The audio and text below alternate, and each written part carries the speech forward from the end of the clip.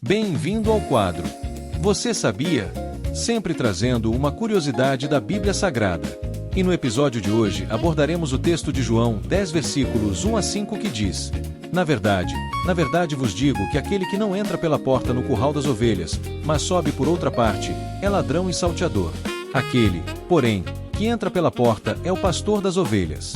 A este o porteiro abre, e as ovelhas ouvem a sua voz, e chama pelo nome as suas ovelhas, e as traz para fora.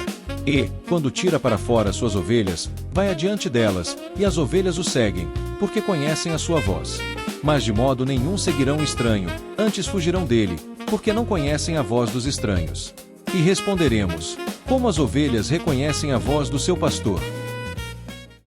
Sabe, tem uma passagem em João 10 que sempre me deixou curiosa. Aquela que diz que as ovelhas conhecem a voz do pastor e o seguem. Mas, ao mesmo tempo, elas fogem de um estranho. E aí fica a pergunta, né? Como é que elas sabem a diferença? Isso é só uma metáfora, uma imagem poética, ou tem algo real, prático, por trás disso? Essa é a pergunta-chave. E hoje a gente vai mergulhar exatamente nisso.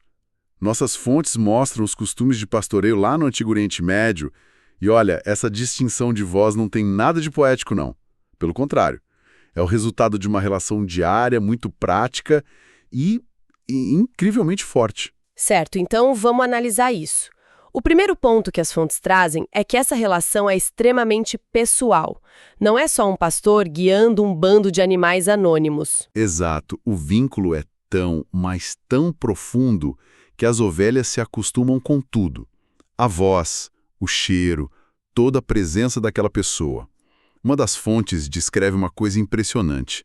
Se uma ovelha já adulta é vendida para outro pastor, O que acontece? ela pode literalmente entrar em depressão, parar de comer, de beber e pode até morrer de saudade do dono antigo. Nossa!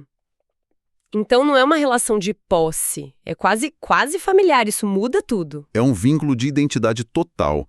E é por isso que tinha aquele costume, sabe? Quando um pastor mais velho ia se aposentar, ele trazia um mais jovem aos poucos para o rebanho. As ovelhas precisavam de meses para se acostumar com a voz nova, a presença nova, para a transição não ser traumática. Faz todo sentido. E essa confiança é o que se torna uma ferramenta de sobrevivência, né? Exatamente. A gente pensa nisso de forma simbólica, mas os textos descrevem como um lugar geográfico real. Um desfiladeiro, estreito, íngreme, perigoso. Como é que se faz animais tão medrosos atravessarem um lugar assim? É aí que a voz vira tudo. O pastor, ele não empurra o rebanho por trás. Ele vai na frente. Para que as ovelhas sigam ele nesse caminho assustador, ele começa a cantar. Ah, então o som familiar. Funciona como uma âncora no meio do medo. Entendi. Exato. A voz dele se sobrepõe ao barulho do vento, ao perigo que elas estão vendo. Elas confiam naquele som, formam uma fila uma atrás da outra e seguem, superam o medo.